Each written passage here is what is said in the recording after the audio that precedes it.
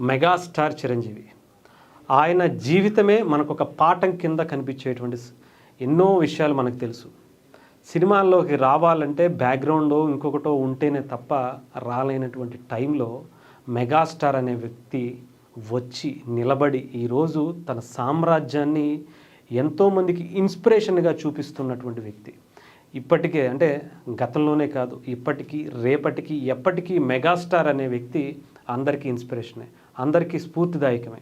ఎందుకంటే ఆయన జీవితమే మనకు ఒక పాఠంగా కనిపిస్తుంది. ఎవరైనా ఏ రంగంలో అయినా కష్టపడితే నిజాయితీగా నిలబడచ్చు అనేది మనకి మెగాస్టార్ని చూస్తేనే అర్థమవుతుంది. ఎస్పెషల్లీ సినిమా ఇండస్ట్రీలో ఆయన వేసినటువంటి ముద్ర నాకు తెలిసి ప్రపంచ సినిమాల్లో అంత బలంగా పడినటువంటి ముద్ర ఇంకొకళ్ళు ఎవరిది కనిపించదు. అది మెగాస్టార్ అనే చెప్పాలి. ఒక్కొక్క మెట్టు ఎదుగుతూ ఎన్ని దెబ్బలు తగిలినా, ఎన్ని అవరోధాలు ఎదురైనా మనం కష్టపడి నిలబడితే నిజాయితీగా ఆ విజయం అనేది మనకు వస్తుంది అని చెప్పడానికి మెగాస్టార్నే మనం చూపిస్తాం. అది సినిమా రంగమైనా, నార్మల్ ఏ బిజినెస్ అయినా కాదు. అయితే ఇప్పుడు మెగాస్టార్ గురించి మనం ఎందుకు మాట్లాడుతున్నామంటే, రీసెంట్గా మెగాస్టార్ గారికి సంబంధించినటువంటి ఒక కోర్టు ఉత్తర్వులు కొన్ని బయటకు వచ్చాయి.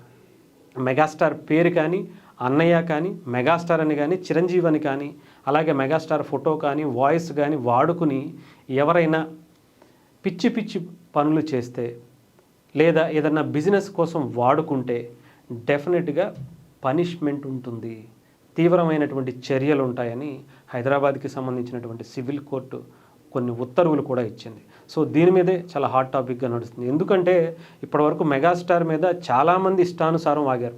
ఎవడు పడితాడు మెగాస్టార్ గురించి ఆయన ఏదో ఒక రకంగా తగ్గించాలనే ప్రయత్నం చేసుకుంటూనే వచ్చారు. కానీ ఎప్పుడు ఆయన పట్టించుకోవాలి. ఆ విమర్శలను కూడా సర్లే, నేను ఆ తప్పు చేస్తే కదా నాకు అది అంటుతుంది, నాకు దాని గురించి అవసరం లేదు, వాళ్ళ పొట్టకూటి కోసం నా మీద ఏదో ఒక విమర్శలు చేసుకుంటూ వాళ్ళ పొట్ట నింపుకుంటున్నారు, వదిలేద్దాం అనుకునే వదిలేశారే. కానీ ఇంకా శృతి మించడంతో ఆయన కూడా కోర్టుకి ఆశ్రయించి ఇలాంటివి ఇంక నుంచి చేయడానికి వీల్లేదు అంటే ఒక బ్రాండ్ ప్రొటెక్షన్కి సంబంధించినటువంటి ఇమేజ్ ప్రొటెక్షన్కి సంబంధించి ఆయన కోర్టుకి వెళ్ళి కోర్టు తలుపులు తట్టినటువంటి పరిస్థితి. దీనికి సంబంధించి ఇప్పటికే కొంతమంది యూట్యూబ్ ఛానల్స్, కొంతమంది వెబ్సైట్లకి సంబంధించి కూడా కోర్టు నోటీసులు ఇచ్చినటువంటి పరిస్థితి.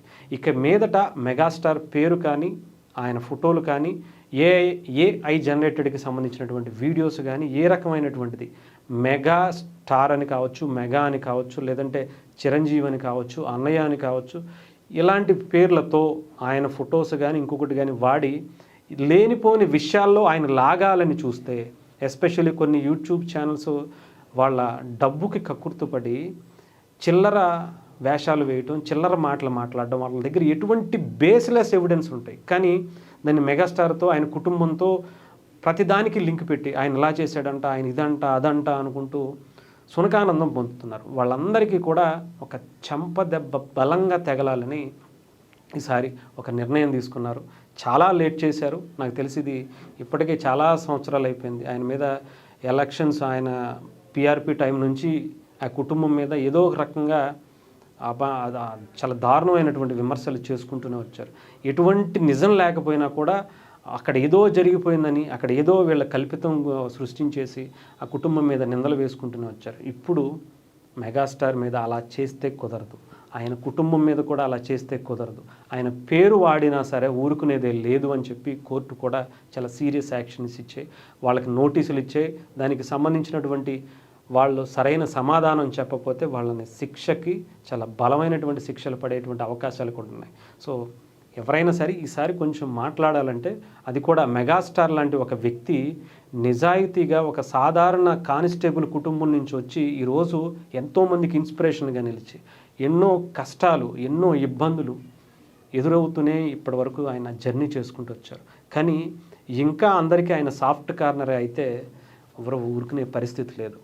సో ఈసారైనా సరే మెగాస్టార్ జోలికి వెళ్ళాలంటే ఒక్కొక్కడికి తడిచిపోయేలా చేయాలని నిర్ణయించుకున్నట్టుగా తెలుస్తుంది. సో కోర్టు కూడా దానికి తగ్గట్టుగానే బలమైనటువంటి శిక్షలు వేయడానికి కూడా సిద్ధమవుతున్నట్టుగా తెలుస్తుంది.